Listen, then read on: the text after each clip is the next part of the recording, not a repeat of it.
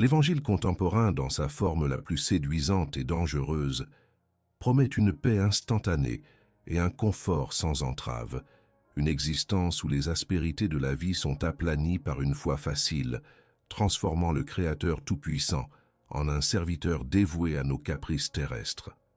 Mais cette promesse, mes amis, n'est qu'un sophisme subtil, une pilule enrobée de sucre qui nous rend spirituellement faibles, indolents et tragiquement idolâtres de notre propre bien-être. Ce christianisme superficiel nous éloigne de la rigueur salvatrice de la vérité, nous incitant à ériger un temple au moi, où nos désirs éphémères sont vénérés au lieu de la sainteté inflexible de Dieu. La parole de Dieu, inébranlable et intemporelle, ainsi que les écrits des géants de la foi comme Charles Spurgeon, nous reconduisent avec une clarté impitoyable à la vérité fondamentale. La paix véritable ne se trouve pas dans l'absence de conflit, ni dans la gratification immédiate, mais dans la soumission radicale et sans réserve à la croix du Christ.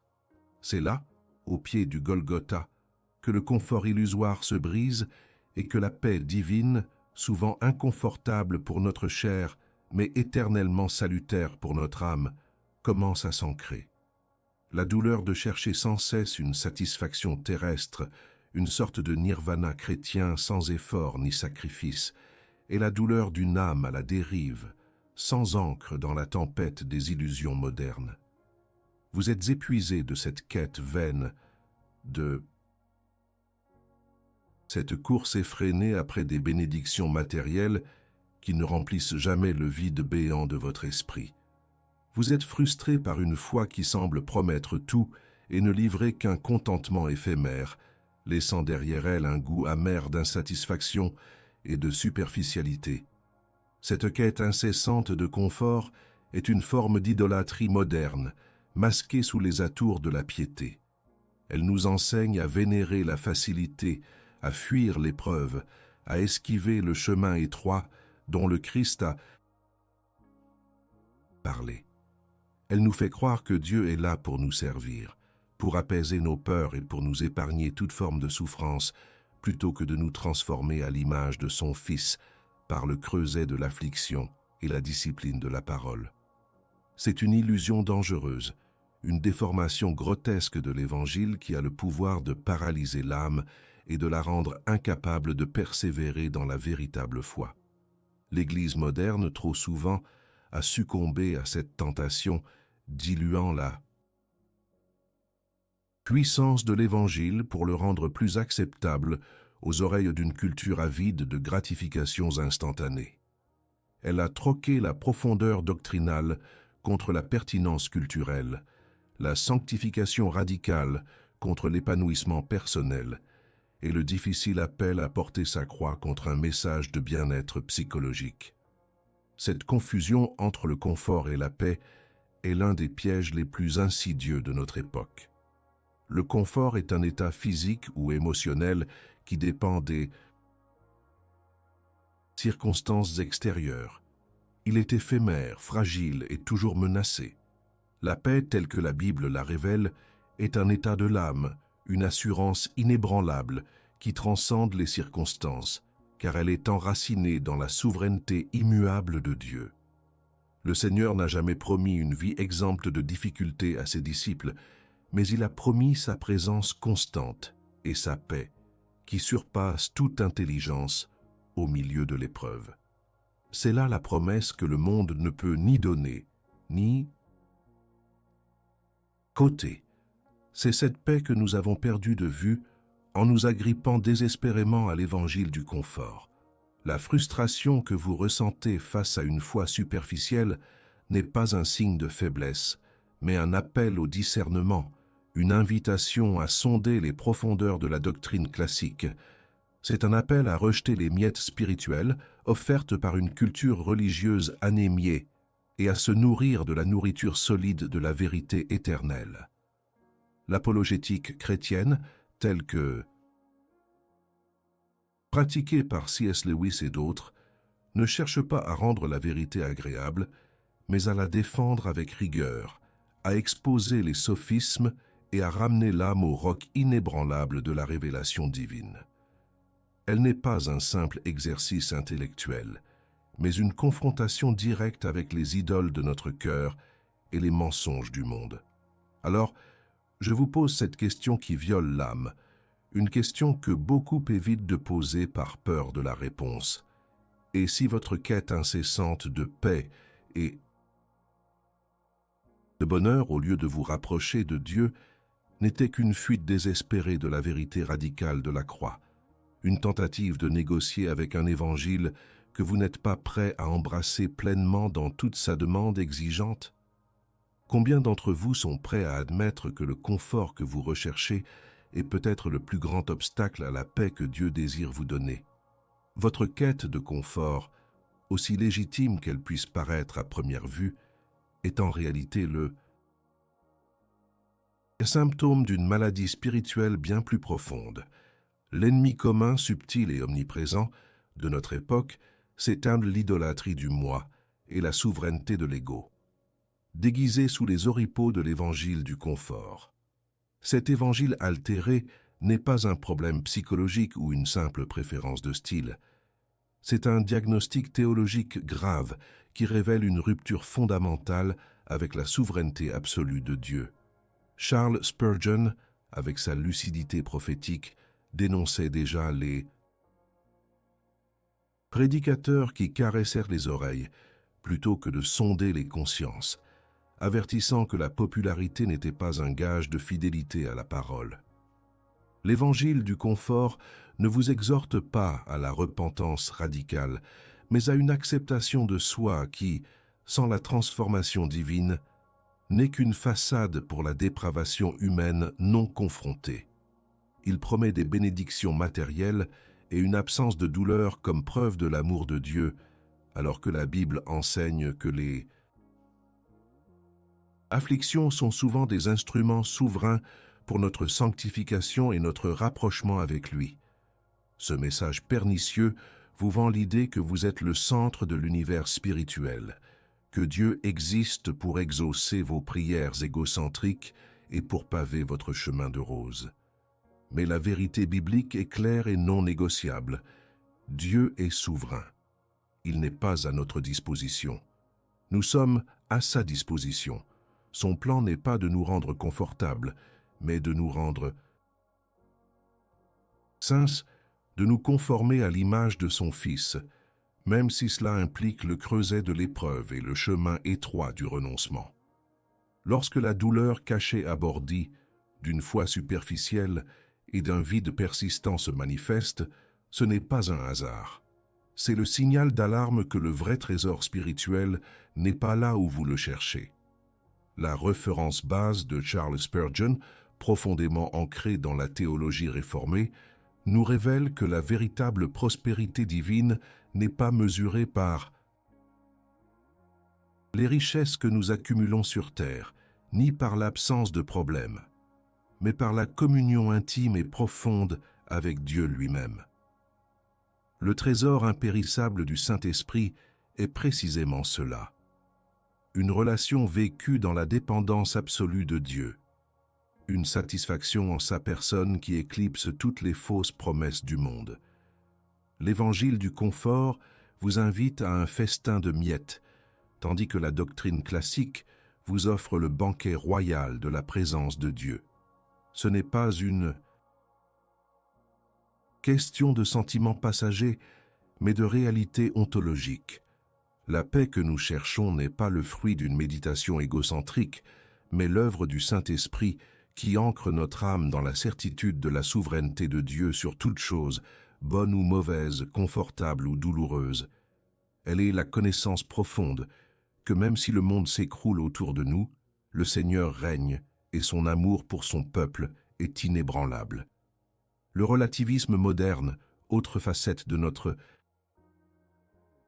ennemi commun, a contribué à cette confusion en diluant la vérité absolue de la parole de Dieu.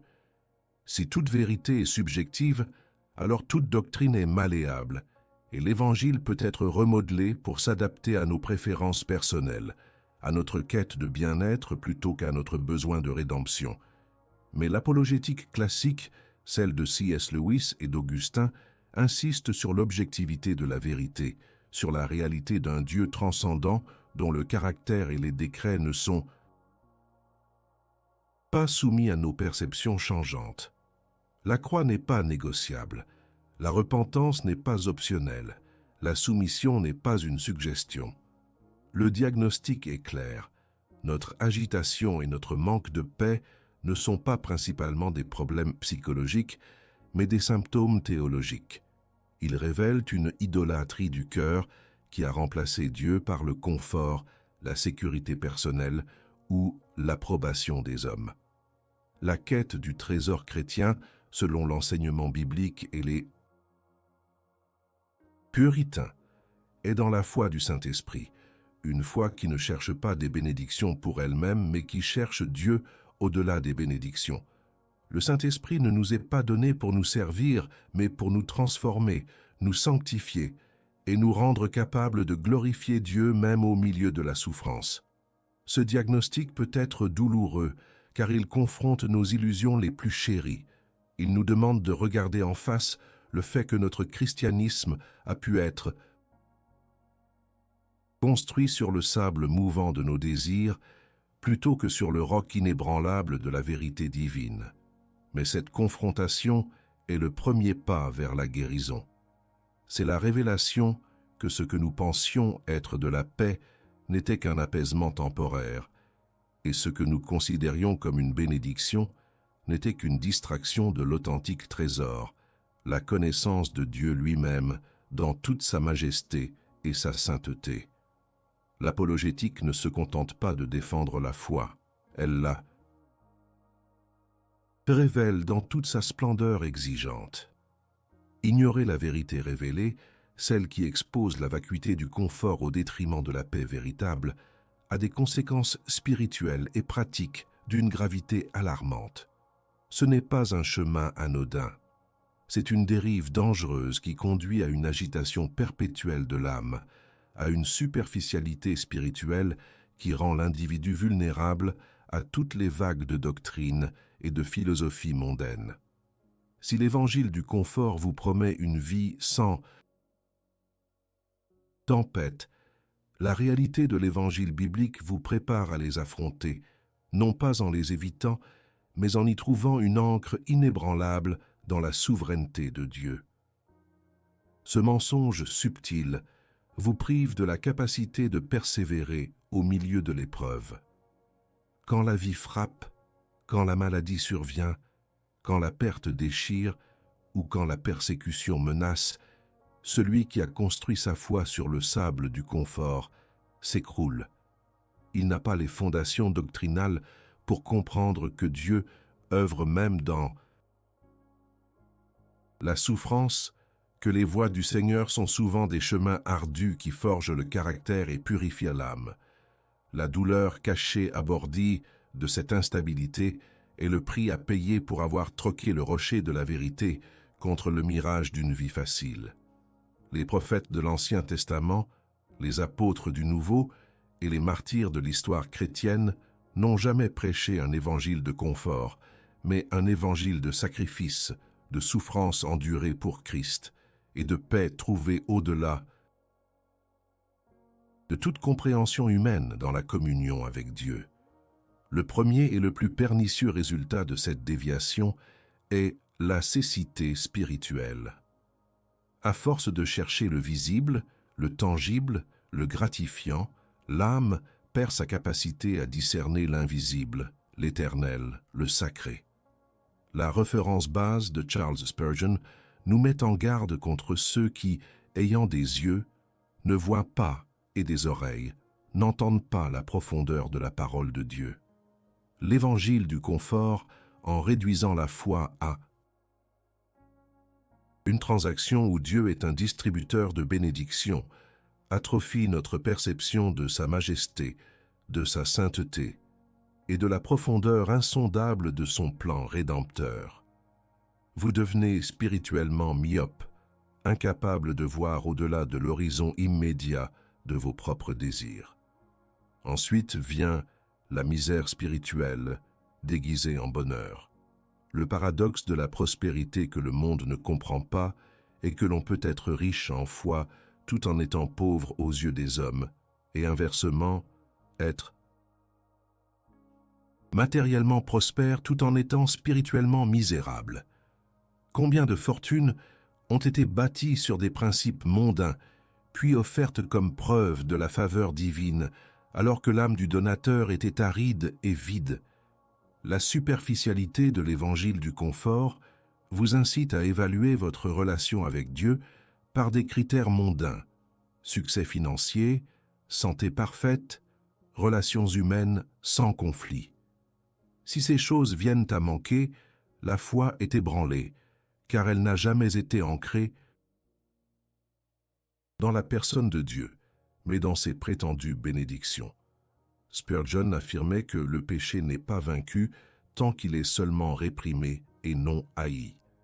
De même, la paix n'est pas trouvée tant que le confort est seulement recherché et non subordonné à la volonté souveraine de Dieu. Cette agitation constante mène également à un évangile sans puissance transformatrice. Sans la confrontation radicale du péché et l'appel à la repentance, il ne peut y avoir de réelle sanctification. L'évangile du confort vous invite à un relooking de surface, tandis que l'évangile de la croix vous demande une transformation totale de l'intérieur, une mort au moi pour que Christ vive en vous. Sans cette mort, les vieilles habitudes, les idoles secrètes, les compromis moraux persistent et vous vivez une foi tiède, sans impact réel sur votre vie ou sur le monde. La dépravation humaine n'est pas une question de manque d'estime de soi, mais une rébellion radicale contre Dieu qui ne peut être résolue que par sa grâce souveraine et par un repentir douloureux mais libérateur. Conséquence ultime: un jugement silencieux mais inévitable. L'Écriture est claire, car il est temps que le jugement commence par la maison de Dieu. 1 Pierre 4, 17. Ignorer la saine doctrine, diluer l'Évangile et s'adonner à l'idolâtrie du confort ne sont pas des péchés sans conséquences. Ils attirent le déplaisir divin et la stérilité spirituelle, le manque de discernement, l'apathie devant le péché et la quête obsessionnelle de plaisirs éphémères sont des signes avant-coureurs d'une Église qui a perdu sa boussole spirituelle et s'est éloignée du Christ. Je vous exhorte à l'introspection, à une auto-évaluation sans complaisance. Et si, en cherchant à éviter l'inconfort, vous aviez involontairement sacrifié la paix durable de Dieu? Et si votre lutte perpétuelle contre l'anxiété, la frustration et le vide intérieur était le symptôme flagrant d'une idolâtrie du cœur que vous avez toujours refusé d'admettre?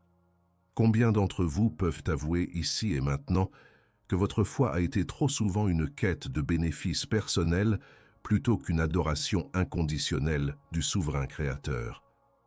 Je vous lance un défi, un uppercut à votre complaisance spirituelle.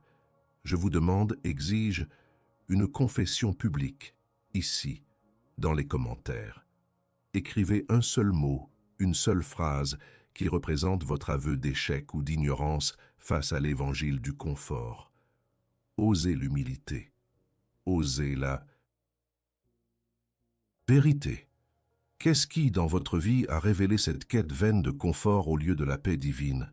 Partagez cet aveu et faites-en un rituel de purification, un nouveau départ vers une foi authentique et inébranlable. Après le diagnostic impitoyable de la vérité et la contemplation des conséquences désastreuses du mensonge, il est temps de présenter la seule solution biblique, celle qui n'est jamais un conseil optionnel ou une astuce pour améliorer votre vie, mais un appel radical et sans compromis à l'autel de Dieu. Cet appel est la seule voie vers la véritable paix que l'évangile du confort n'a jamais pu offrir. Cette solution ne vise pas votre aise, mais votre sanctification. Elle ne promet pas une vie facile, mais une vie transformée par la puissance de la croix et la souveraineté de Dieu. La refrance base de Charles Spurgeon est imprégnée de cette exigence radicale. Il n'a jamais hésité à appeler les hommes à la repentance, à la soumission totale à la parole et au renoncement au moi. Pour lui, la vraie foi n'est pas une adhésion intellectuelle lâche, mais une reddition inconditionnelle de toute l'existence au Christ. La douleur cachée à Bordy que vous avez ressentie, cette frustration face à l'hypocrisie et au vide, est le cri de votre âme pour cette profondeur, pour cette authenticité que seul l'autel de la consécration peut offrir. Le premier pas vers cet autel est le repentir radical, quoi. Il ne s'agit pas d'un simple regret superficiel pour vos erreurs, mais d'un changement de direction totale, d'une conversion de l'esprit qui reconnaît l'idolâtrie du cœur et la dépravation humaine qui vous ont poussé à chercher le confort ailleurs qu'en Dieu. Repentir, c'est se détourner avec dégoût de l'évangile du confort, de ses promesses creuses, et se tourner vers la croix de Christ avec une humilité brisée. C'est admettre que votre propre sagesse, votre propre force et vos propres désirs sont des guides infidèles et que seule la sagesse de Dieu révélé dans sa parole peut vous diriger. Spurgeon insistait. Le repentir n'est jamais un acte d'un jour. C'est un travail qui dure toute la vie. C'est une œuvre du Saint-Esprit qui vous conduit à haïr le péché autant que Dieu le hait et à aimer la sainteté autant qu'il l'aime. Le deuxième aspect est la soumission inconditionnelle à la parole de Dieu. L'autel exige que vous déposiez votre propre compréhension, vos propres interprétations subjectives et que vous acceptiez la Bible comme l'autorité finale, la vérité inaltérable. La parole de Dieu n'est pas un buffet où vous choisissez ce qui vous plaît et rejetez ce qui vous confronte. Elle est l'épée à double tranchant qui pénètre jusqu'à la division de l'âme et de l'esprit, qui discerne les pensées et les intentions du cœur. C'est par cette soumission que vous commencez à comprendre ce qu'est le trésor impérissable du Saint-Esprit. Non pas un sentiment agréable, mais une transformation profonde de votre être, une conformité progressive à la volonté de Dieu qui vous rend riche en foi, même si vous êtes pauvre en biens matériels. Le troisième élément est le renoncement au moi et à ses idoles. L'évangile du confort a fait de votre moi un Dieu. L'autel exige la démolition de cette idole. Renoncer, c'est accepter que votre vie ne vous appartient plus, qu'elle a été rachetée à grand prix par le sang de Christ. C'est renoncer à la recherche du plaisir facile, à l'approbation humaine, à la sécurité matérielle comme source ultime de satisfaction. C'est comprendre que la prospérité que le monde ne comprend pas est une richesse de l'âme qui se trouve précisément dans le dénuement, dans la dépendance absolue de Dieu. Ce renoncement n'est pas une privation, mais une libération. C'est le paradoxe divin selon lequel celui qui perd sa vie la trouve. Enfin, la croix est la solution. Ce n'est pas un symbole vide, mais la réalité brutale et glorieuse de l'expiation de vos péchés et de la mort à votre vieil homme. L'appel à l'autel est un appel à prendre votre croix chaque jour, à mourir à vos ambitions égoïstes, à vos désirs charnels, et à suivre le Christ sur le chemin de la souffrance et du sacrifice. C'est le chemin de la sanctification, un processus douloureux mais nécessaire qui vous purifie et vous rend de plus en plus semblable à votre Sauveur. C'est dans cette mort au moi que Charles Spurgeon a découvert la richesse de l'âme, une richesse qui surpasse infiniment toutes les vaines promesses du monde. Il a compris que le véritable trésor du chrétien n'est pas dans les bénédictions qu'il accorde, mais dans la communion intime et transformatrice avec le Dieu des bénédictions. Cette solution radicale n'offre pas le confort que le monde désire, mais la paix que seule la souveraineté de Dieu peut procurer. Elle exige tout de vous, votre intelligence, votre volonté, vos émotions. Elle confronte votre ennemi commun, l'évangile du confort, avec la dure réalité de la vérité. Mais c'est dans cette confrontation que l'âme se fortifie, que la foi s'ancre et que la paix durable et profonde, celle qui transcende toutes les circonstances, prend racine. N'ayez pas peur de cet appel exigeant, c'est l'appel à la vie véritable, à la liberté authentique, à une relation avec Dieu qui ne sera jamais superficielle, mais profondément enracinée et éternellement satisfaisante. Nous avons disséqué les pathologies spirituelles de notre époque, exposant le sophisme de l'évangile du confort qui promet la paix tout en engendrant une agitation perpétuelle et une idolâtrie subtile du moi. Nous avons diagnostiqué le mal, un mal qui gangrène l'Église moderne en la détournant du chemin étroit de la sanctification vers l'autoroute glissante de l'épanouissement personnel sans croix. Le trésor du chrétien, nous l'avons rappelé, n'est pas dans les bénédictions matérielles éphémères ni dans l'absence de toute épreuve, mais dans la communion inébranlable avec Dieu lui-même, une communion forgée dans le feu de l'obéissance et du repentir radical. La douleur cachée à Bordy, cette frustration profonde face à la superficialité et au manque de substance dans la foi moderne, n'est pas une faiblesse.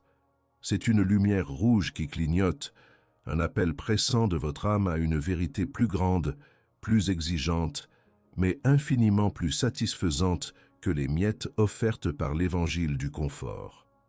La référence base de Charles Spurgeon, dont les sermons résonnent encore avec la puissance de l'esprit, nous a guidés à travers cette confrontation salutaire, nous rappelant que la vraie piété est un chemin de sacrifice, non de facilité. Il a toujours souligné que la souveraineté de Dieu n'était pas un concept théorique, mais la réalité fondatrice de notre paix et de notre persévérance, même au milieu de la dépravation humaine et des épreuves les plus ardues. Nous avons vu les conséquences dévastatrices d'ignorer cette vérité fondamentale. La cécité spirituelle qui rend l'âme incapable de discerner le sacré, la misère spirituelle déguisée en bonheur, et une foi sans la puissance transformatrice de la sanctification. Le ennemi commun, l'idolâtrie du moi et l'évangile du confort, se manifestent sous de multiples formes, toutes visant à nous détourner de la gloire de Dieu pour nous centrer sur nos propres désirs. Mais le diagnostic est posé et la solution radicale a été présentée. Le repentir qui tourne le dos à l'idolâtrie, la soumission inconditionnelle à la parole de Dieu qui est notre boussole, le renoncement au moi et à ses idoles, et l'embrassement de la croix comme seule voie de salut et de sanctification. La paix que vous cherchez désespérément ne se trouve pas dans l'apaisement temporaire de vos sens ou la gratification de vos désirs. Elle se trouve dans la certitude inébranlable de la souveraineté de Dieu, une vérité qui ancre votre âme au milieu des tempêtes les plus féroces. C'est la paix qui vient de savoir que Dieu est aux commandes, que son plan est parfait, et que même les épreuves les plus douloureuses sont des instruments de sa grâce pour vous conformer à l'image de Christ. C'est cette prospérité divine que le monde ne comprend pas, une richesse d'âme qui surpasse toutes les richesses matérielles, car elle est éternelle et impérissable, scellée par le Saint-Esprit. L'apologétique chrétienne, dans sa forme la plus pure, ne cherche pas à justifier Dieu pour qu'il soit acceptable à l'homme. Elle cherche à justifier la voie de Dieu pour l'homme, à exposer les mensonges du monde et à ramener l'âme à la seule vérité qui sauve et sanctifie. C'est une défense de la foi qui est aussi une offense contre l'orgueil humain, car elle exige l'humilité et la soumission. Il est impératif que nous rejetions catégoriquement les sirènes de l'évangile du confort. Sa mélodie est douce, mais ses paroles sont empoisonnées. Il promet une mer calme, mais vous laisse sans voile ni gouvernail. Lorsque la tempête arrive, la vérité biblique, en revanche, est un phare inébranlable dans l'obscurité. Elle ne vous promet pas l'absence de tempête, mais la présence indéfectible de Dieu au milieu d'elle, la force de persévérer et la paix qui dépasse toute compréhension humaine, car elle est enracinée dans la nature immuable de notre Créateur. La véritable paix n'est pas l'absence de problèmes, mais la présence de Dieu au milieu des problèmes.